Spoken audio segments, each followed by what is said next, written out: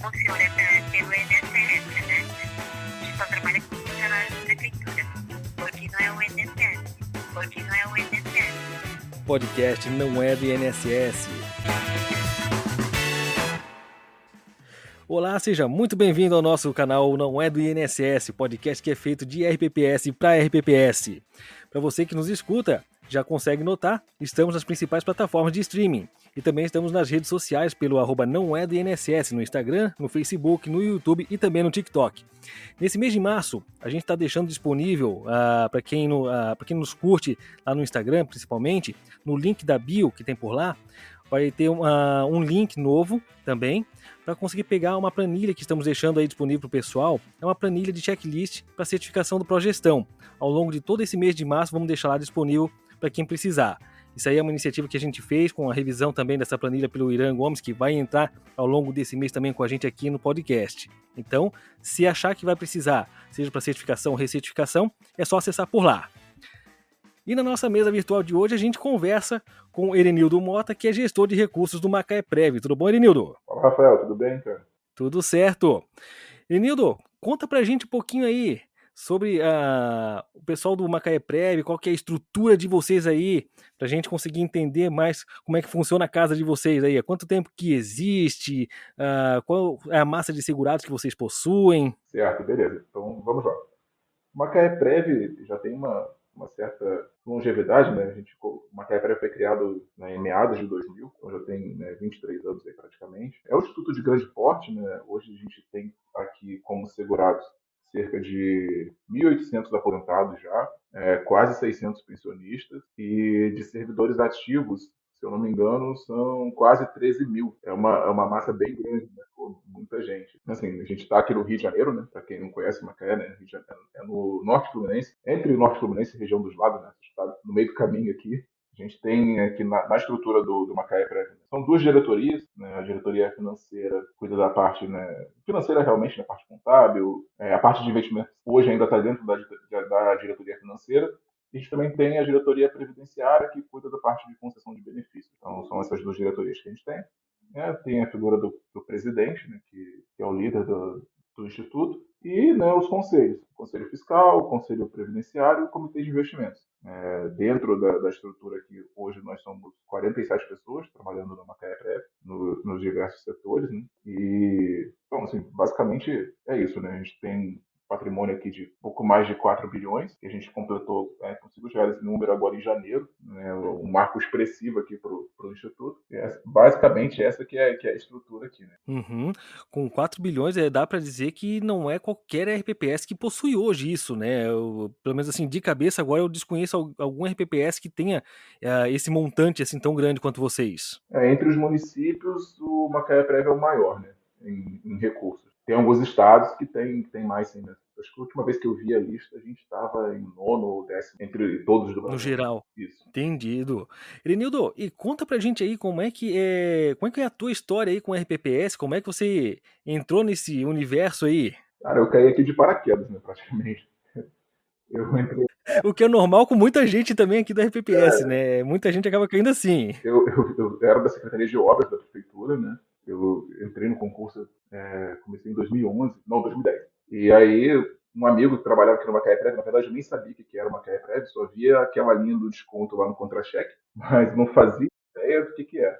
E aí ele me convidou para vir para cá, né? Eu, por uma questão até de distância da minha casa, eu aceitei, que a Secretaria de Obras era um pouco longe, né? Eu falei, cara, tô indo. É no centro da cidade, vai ser mais fácil para chegar. Então, vim para cá, cheguei aqui em 2011. E aí passei por vários setores, né? Eu fiquei mais tempo, foi no setor de arrecadação, cuidando das contribuições previdenciárias e tal. Mas já estava estudando a parte de investimentos, né? Então, quando eu estava na faculdade, terminando a faculdade de engenharia, não tinha o que fazer no meu TCC, não tinha uma ideia de tema. E aqui, né, sempre se falou muito sobre investimentos, e aí eu acabei, né, tentando, falar, vou falar sobre investimentos no TCC, e levei, né, esse assunto para frente. E aí foi assim que eu fui parar nessa área, né? Mas, assim, como gestor de recursos aqui do Macaé Prévio, eu só assumi em 2021, mas eu já fazia parte, né, do comitê de investimentos, se eu não me engano, desde 2015. Então tem bastante tempo que eu estou aqui, mas na parte de investimentos mesmo, né, como gestor, tem pouco mais de 2 anos. Mas caí aqui realmente de paraquedas, não sabia nem o que que era. Não, isso aí faz parte, porque, assim, grande parte do pessoal com que a gente conversa, acaba entrando no RPPS de paraquedas mesmo. É difícil até realmente você ver RPPS que tenha um pessoal próprio mesmo, um quadro próprio, né. Na grande maioria são servidores cedidos ou comissionados que acabam entrando, né. Como é que é a situação aí de vocês? É a mesma coisa, a gente tem poucos servidores efetivos aqui do próprio Instituto, a maioria realmente é de cedidos. Aqui são sete, porque teve uma aposentada agora em janeiro, primeira aposentada daqui do Instituto mesmo. Então, tem 7 ativos e tá para ter um concurso público, né? Então, a gente ainda não sabe quando vai acontecer, provavelmente esse ano, mas a grande maioria é de cedidos da prefeitura, né? Eu sou um desses, de cedido, é assim que acaba funcionando, né? É meio complicado, né? Mas é a forma que tem, né, de fazer tocar o. É a forma que a gente consegue trabalhar mesmo, né. E no mais são quantos servidores no total aí do Macaé Prev que trabalham aí pro instituto mesmo? São 47. Que ficam aí dentro da estrutura do Macaé Prev? 47 aqui hoje. Uhum. Isso conta também os colegiados ou isso aí é fora ainda? Não, fora os colegiados. Isso aqui só o pessoal trabalhando mesmo no dia a dia, né? Os colegiados são outros. Alguns, né, daqui do Instituto fazem parte dos colegiados, mas aqui esses 47 só aqui no dia a dia mesmo. Uhum. Então acaba sendo bastante gente aí que é cedida, né, porque, são 7 somente que são do quadro próprio mesmo, né, e o restante comissionado ou cedido, acaba sendo bastante gente aí pra estrutura. Sim, sim. A grande maioria, né, é cedido ou comissionado, né? Tem, né, são 5 ou 6, se eu não me engano. A grande maioria realmente é de servidor da prefeitura cedido para cá. Para tocar tudo, eu ainda acho que tem pouca gente, tá? Dava para ter um pouco mais. É tanta coisa que tem no RPPS para fazer, né, que acaba precisando de mais gente. Mas tem a dificuldade também de conseguir trazer mais, né? Porque a gente usa essa questão dos cedidos, mas a prefeitura, as outras secretarias também precisam, né? Então, para gerenciar essa questão de trazer servidor ainda é complicado. Aí a gente vai tocando, né? Todo mundo trabalhando bastante, mas dava para ter um pouquinho mais de gente. O pior é que realmente dá pra ter mais gente ainda, porque, cada vez tem mais exigência, né, pra gente fazer, pra gente cumprir, tanto prazo, é de tantos lugares, né, tem Tribunal de Contas, tem o Ministério da Previdência, tem mais uma bordada de gente pra gente ficar prestando contas, então realmente precisa ter bastante gente pra poder trabalhar, né. Erenildo, a tua parte aí, o teu serviço aí, no que compete em fazer? Só para o pessoal entender, né, porque já que são mais de 40 servidores aí, ah, qual que é a tua atribuição aí dentro do Macaé Prev? Então, hoje eu estou focado somente na parte de investimentos. Eu não estou mais com nenhum setor, né? Até ajuda outras coisas também, mas o foco realmente hoje é na parte de investimentos. Então, e eu não trabalho sozinho também, né? Hoje, desde setembro do ano passado, eu consegui, né, ter uma equipe, quer dizer, mais uma pessoa, né, que é o Aron, que trabalha aqui É comigo. a equipe de 2, beleza, né, cara, já fica melhor do que a equipe. Exato, fiquei mais de um ano aí sozinho, e aí com dois a gente consegue, até para olhar mais coisa, né? Tem tanta coisa acontecendo no mercado. Cada dia é uma notícia diferente, é uma coisa diferente. A secretaria também exigindo cada vez mais relatórios. Todo mês daí, todo mês relatório para conselho, relatório para apresentar carteira e informa um monte de coisa. Então, a gente precisa ter mais gente, né? E aí o pessoal entendeu também aqui a necessidade, a gente trouxe mais um servidor. Estamos tocando nós dois no setor. Lógico, né, tem os conselhos, tem o comitê, mas o dia a dia somos nós dois que tocamos aqui. Entendido. E falando um pouco mais ainda do colegiado, eu notei que o comitê de investimento de vocês se reúne semanalmente, é isso mesmo, né? Exato, semanalmente. Isso foi uma coisa que a gente trouxe bastante do privado, né? Quando você conversa com gestores, com fundos, com assets e tudo mais, a primeira coisa que eles falam é que geralmente eles se reúnem muito, né? Os comitês deles para tomada de decisão, para acompanhar os fundos, tem encontros semanais, às vezes até um pouco mais, né? Aqui, como o pessoal do comitê nem sempre, né? Eles são ligados diretamente a investimentos, acredito que ter essas reuniões semanais traz um ganho, primeiro, na questão do pessoal estar acompanhando mais de perto, né? Porque cada um faz seus serviços em outros lugares, né? Tem advogado, tem pessoal de sindicato, tem assistente social, enfim. No dia a dia eles não veem investimento. Então, quando a gente se reúne semanalmente, eu acho que traz um ganho para o pessoal também conseguir acompanhar, né? E quando a gente faz reunião com o gestor ou com o banco e tal, o pessoal não fica muito perdido, porque tem uma consistência de reuniões, né? De estar acompanhando sempre o mercado, né? Uhum. E vocês notam que tem, muita diferença fazendo nesse formato, semanal com eles? Porque, ah, principalmente colegiados, assim, onde a gente sabe que tem muita gente que acaba sendo de fora do RPPS. Alguns têm preferência por fazer somente capacitação fora da cidade e tudo mais, e não ter tanto número de reuniões, né?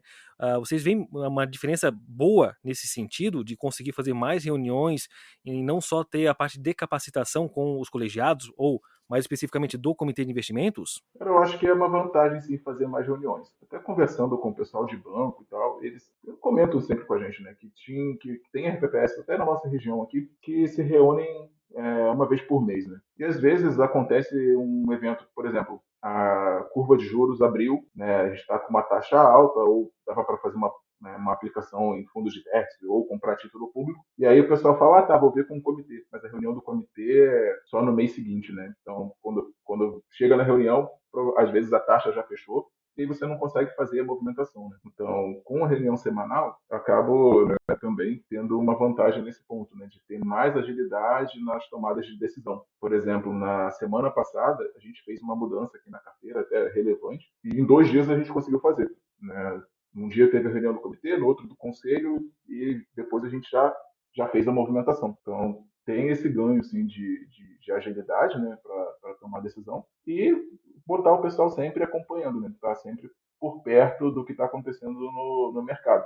Quanto às capacitações, né, nem sempre é fácil a gente mandar o pessoal para fora assim, para fazer. Né? Por exemplo, a gente vai para o congresso lá da ABPEM, vai ser em Florianópolis, pô, bem longe daqui, né? E não dá para mandar todo mundo, porque o pessoal tem suas atribuições também, né? Nem sempre dá para sair, ficar 2, 3 dias fora do seu trabalho. Né? Eu e o Aron, que trabalha comigo, mas o restante do comitê é complicado de ir, sabe? Então, com as reuniões a gente consegue, né, pelo menos manter o pessoal acompanhando e melhorando também, né, o conhecimento, porque a gente costuma fazer reunião não só entre a gente, né, mas com o pessoal de banco. Ultimamente, né, era uma coisa que eu vinha pedindo muito aos bancos, a gente fazer reunião com o gestor do fundo. É uma coisa que eu já tinha pedido, mas agora, há pouco tempo que a gente conseguiu fazer isso. Né? Então, é interessante também, né, essa parte de conversar com o gestor, saber que o cara que está tomando a decisão ali, o que ele está pensando, o que ele está vendo. É diferente um pouco de você falar com o pessoal do comercial só, né, ou da galera da asset, né? Conversar com o gestor é diferente. Né? Então, a gente conseguiu fazer isso. E aí também, né, para o pessoal até entender o que o gestor está falando, é bom a gente ter, né, essas reuniões semanais, estar sempre junto, sempre conversando sobre investimentos. Colocar realmente, né, tentar colocar um pouco mais no dia a dia de cada um. Certo. E até em função dessa periodicidade tão mais curta, né, como o pessoal acaba vendo muito costumeiramente de ser uma vez só por mês, vocês fazem essas reuniões de formato online mesmo. A gente começou a fazer online por conta da pandemia, né? Lá em 2020, né? A gente ficou até um tempo sem saber se podia fazer, né? Porque tinha, né, tem toda a questão de lei, né, para você fazer. Então, a gente demorou um mês mais ou menos sem se reunir, mas aí a gente voltou a fazer reunião online e acabou ficando, né? Caiu no gosto do pessoal também. A gente até já tentou fazer algumas presenciais, mas como, né, nem todo mundo trabalha aqui no Macaé, tem pessoal que trabalha fora, acho que a grande maioria hoje, né, trabalha fora, o online ajuda bastante, né? Então, a pessoa está lá no setor dela, para aquela 1 hora, 1 hora e meia ali, e a gente consegue fazer reunião e, se precisar, ele continua trabalhando, né? Então, evita o deslocamento também, né? O online ajuda. Eu sinto um pouco de falta do presencial, acho que tem o seu valor, né? Reunião presencial, até para a gente conversar, né? Melhor.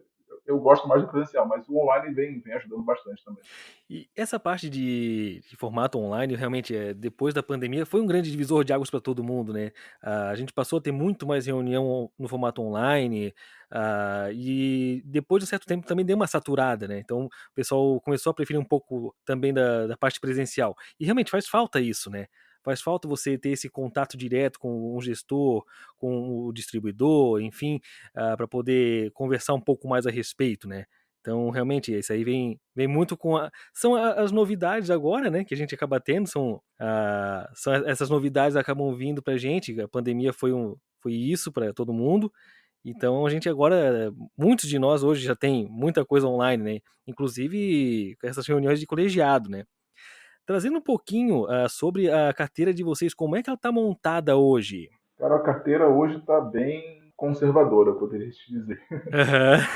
Está bem posicionado em renda fixa, grande, boa parte assim em CDI, né, com juros, né, quase em 14%. Eu não vejo por que a gente fugir muito disso, Não né? faz sentido A gente mesmo.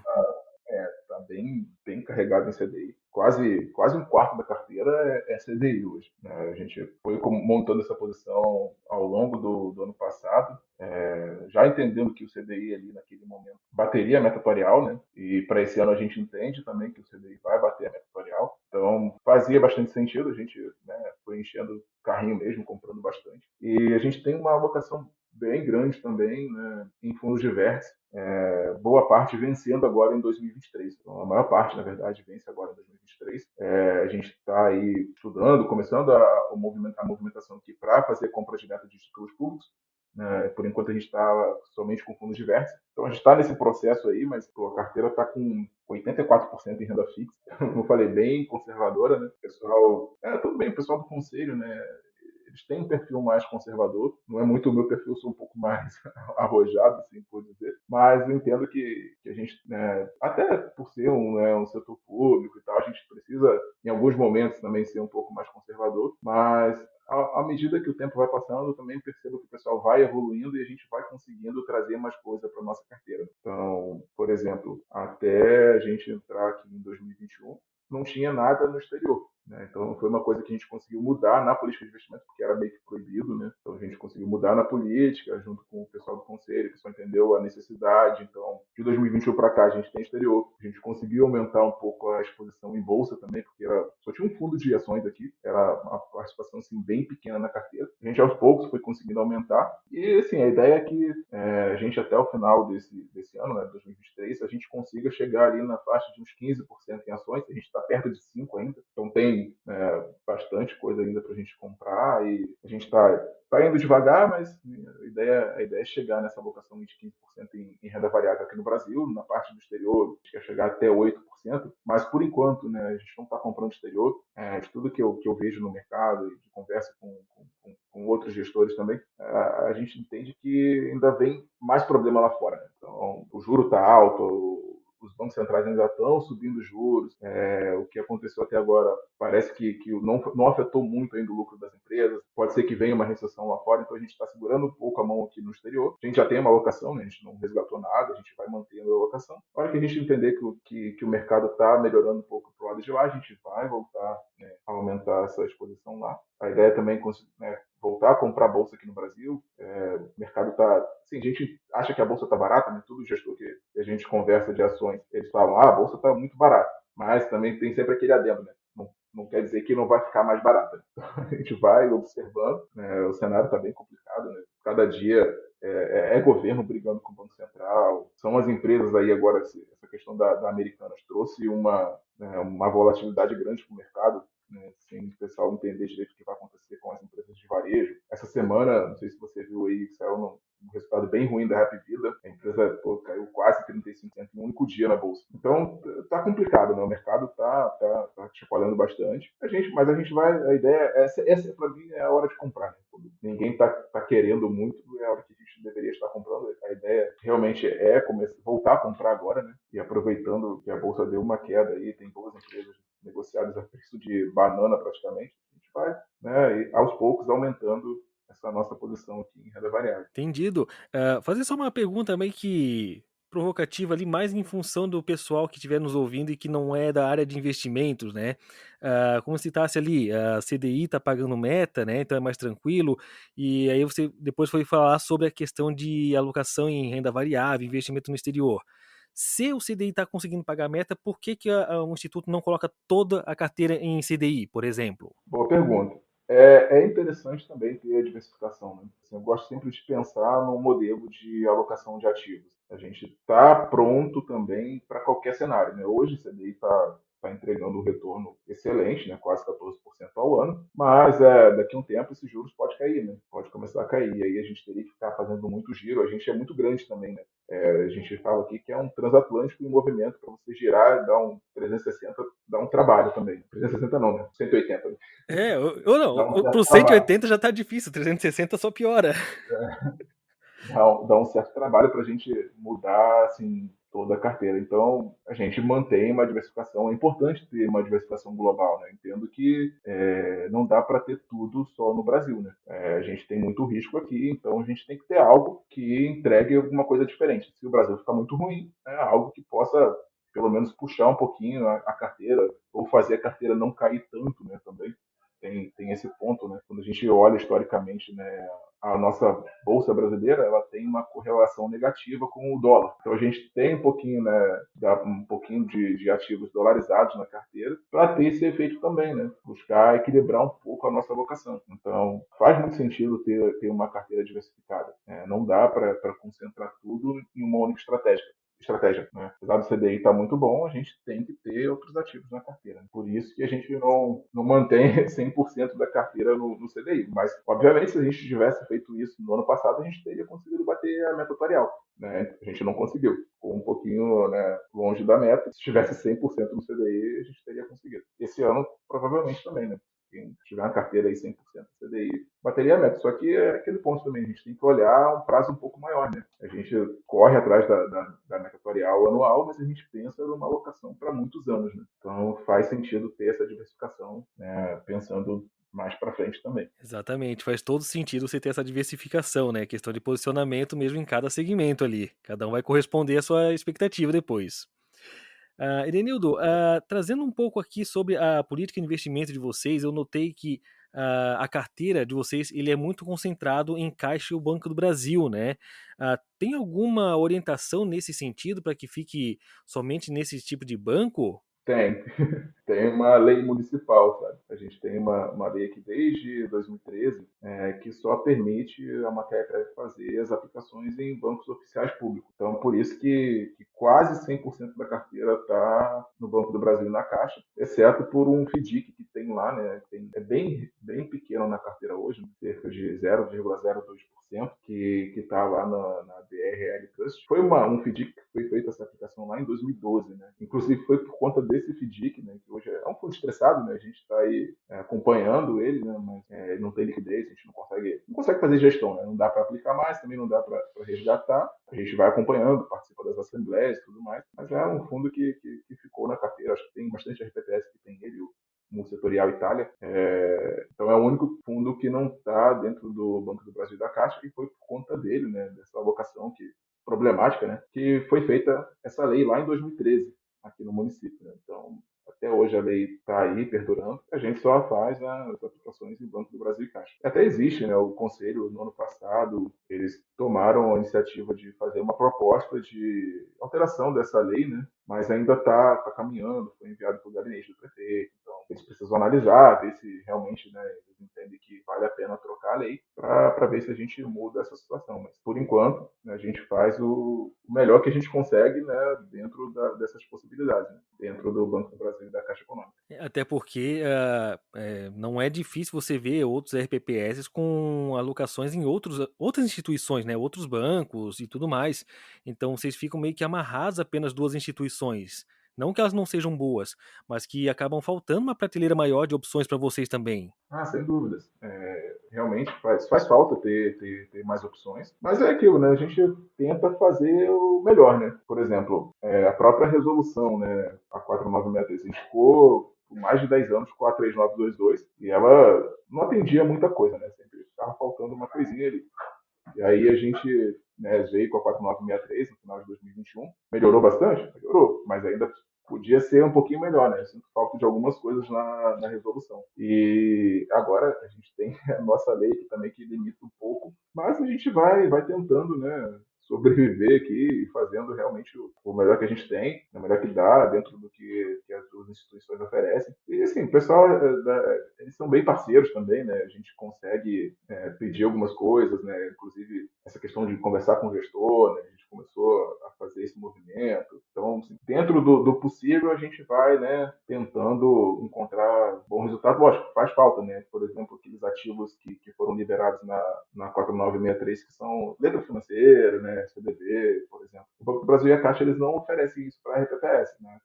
Até quando ofereceram, a taxa estava um pouco, né, baixa, né? Por exemplo, um CDB 98% do CDI. Então não fazia muito sentido, até porque eles têm outras formas de captar recursos, né, para o banco. Então, essa é uma parte que a gente perde, mas a gente consegue com outras coisas, né, também ir equilibrando e também diminuindo um pouco o nosso risco aqui, né? Então a gente vai tentando fazer da melhor forma possível, mas sim fica faltando um pouco, né? Quando eu olhei no foi mês passado, né, o ranking dos melhores fundos de ações de 2022 e alguns fundos lá que eu acompanho, né, que eu já conhecia há mais tempo, que são, né, enquadrados para RPPS, estavam entre os melhores do ranking. Inclusive o Guepardo, né, que você fez um episódio com a gestora, ele foi um dos melhores do ano passado, e a gente olha, mas né, a gente não pode fazer o investimento ainda. E vou te dizer que esse da Guepardo realmente dá uma diferença na carteira. Isso aí olha, é um diferencial. Faz um pouco de falta para a gente, mas né, na medida do possível, né, daqui a um tempo, quem sabe, se a gente conseguir superar essa questão da lei, né, a gente vai poder olhar mais coisas. Aí também dá mais trabalho para a gente, com certeza. A gente Mas nesse sentido vai ser bom ter esse trabalho, né? Porque aí vocês vão conseguir selecionar melhor os gestores dentro de um universo maior, né? Exato. Até a gente está, né, preparando aqui para isso, né? A gente, ano passado, também lançou um edital novo para credenciamento, já prevendo, né, se a gente conseguir essa aprovação da lei, né, se prosperar, e também para compra de títulos públicos, né? Para credenciar as corretoras e tudo mais. A gente lançou um novo edital de credenciamento, então a gente está tentando evoluir nessa parte também, né? Tudo também, né, a gente está sempre buscando aprender, né? Então, conversando com outros RPPS, a gente vai trocando ideia, trocando experiência, o pessoal, né, vai sugerindo coisas, a gente também vai fazendo aqui, né? Também acho que é muito importante essa troca entre os institutos. Então, até pensando já mais na frente, a gente já está buscando essa questão do credenciamento de uma forma mais sólida para não ter problema também, né? Ah, sim, com certeza. Até como falasse agora, né, da parte de compra de título público, letra financeira, a própria política de investimento de vocês já traz uma estratégia-alvo já de 74%, né, da carteira em renda fixa, sendo que 45% é em título público ou letra financeira. E não conseguir chegar nesses produtos é uma dificuldade grande, ainda mais nesse momento que a gente está hoje aqui, em março, onde tem muitos títulos pagando IPCA mais 6 com alguma tranquilidade. Sim, sim, é isso que a gente está buscando. A gente está aí, né, trabalhando, credenciando as instituições para fazer essa compra, né? E como a gente vai receber uma boa parte dos recursos que estão travados hoje, né, que estão em fundos diversos, agora em maio, né, de 2023, então a gente vai fazer a migração para a compra de títulos públicos. A ideia é a gente realmente chegar, né, até esses 45%. Não sei se a gente vai conseguir chegar esse ano, mas tem coisa na carteira para a gente conseguir mexer, né, e ir comprando. Então, mas a maior parte é a partir de maio, né, que a gente chega cerca de 30% da carteira está em verso 2023. Né? Isso aí a gente já vai conseguir direcionar para títulos públicos. A curva realmente, né, abriu bem. A gente está com a taxa aí bem alta, né? Por parte mais longa, principalmente, né? Pagando hoje, acho que eu olhei fechamento de ontem, acima de 6,5, né? IPCA mais 6,5 é muita taxa. Né? A gente não quer deixar isso passar, né? Enquanto a oportunidade está aí, a gente vai, né, observando, tentando comprar. Enquanto a gente não compra os títulos diretamente, a gente vai fazendo via fundo, a gente também, taticamente, vai pensando em comprar algumas coisas também que se beneficiem da queda dessas taxas, né? Por enquanto ainda não caíram, mas pode ser que, né, daqui a mais para frente um pouquinho comece a cair um pouquinho essas taxas, né? Então a gente vai, né, tentando comprar um pouquinho de cada coisa para buscar retorno realmente para a carteira, mas sempre pensando primeiro na segurança, né, em proteger os recursos. Uhum. E há alguma intenção também da parte de vocês aí de aquisição de ETF de renda fixa, que acaba entrando dentro do segmento de renda fixa, né? Mas teria uma gestão mais ativa ali, mais ou menos como se fosse uma tela de home broker ali para conseguir comprar e vender índice? Cara, até já cheguei a pensar em comprar ETF sim, mas mais em renda variável. Porque renda fixa não tem tanta liquidez assim, né? Então isso pra gente é um pouco complicado por conta do nosso volume, né? Então a gente faz via fundo porque realmente é mais prático, né? Eu não sei exatamente quanto negocia, mas, por exemplo, esse ETF que saiu por último aí, que compra só LFT, né? Ele não negocia tanto assim diariamente, né? Então a gente poderia ter esse problema de liquidez. E aí a gente, né, prefere ir via fundo mesmo. Porque os ETFs também que tem de renda fixa, eu sei que tem, né, tem lá em MAB5, tem um 5 mais também, se não me engano. Tem esse de LFTs, mas não tem tanto, né? A gente não tem tanto ETF assim na renda fixa quanto a gente tem de renda variável, né? Que tem bastante, até uma parte que eu acho bem interessante. Eu gosto dos ETFs. Sinto falta, no caso da resolução, de a gente poder comprar os BDRs de ETF, né, diretamente. Então, tudo a gente tem que fazer via fundo, né? Mas tem bastante possibilidade para comprar exterior, né? Via ETF a gente não pode fazer, né? Então, é aquele ponto, né? Da falta uma coisinha na resolução para melhorar. Ah, com certeza. Pelo menos o bom é que essa última resolução, ela tem, pelo pouco que eu consegui vivenciar também, que eu entrei em 2016, é uma resolução que ficou um pouco mais constante ali. Ela não mudou depois que ela entrou em vigor, em função das demais anteriores ali.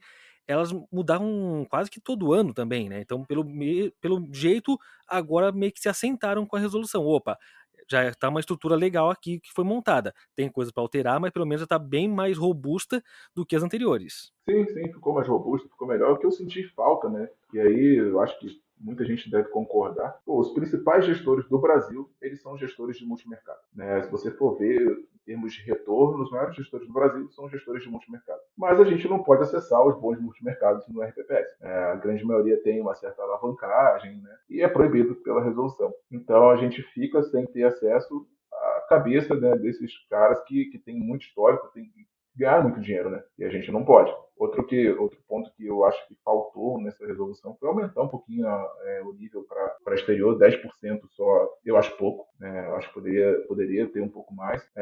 Por exemplo, também estratégia pura de câmbio, a gente não pode comprar um fundo cambial, né? Às vezes a gente não quer comprar a bolsa lá fora, a gente só queria ter a variação do dólar. Isso a gente ainda não pode. A gente não pode comprar um fundo de ouro, por exemplo.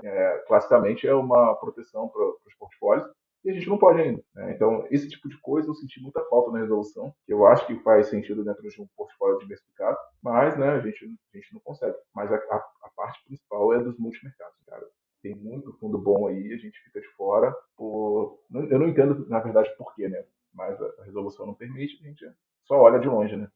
Não, e se a gente for levar em conta de que a gente, enquanto gestor de RPPS, a gente gerir um recurso e em vários fundos, onde a gente acaba vendo meio que um grande FIC também, por que não acessar esses outros fundos multimercado realmente, né? Sim, sim, faz muita falta, né?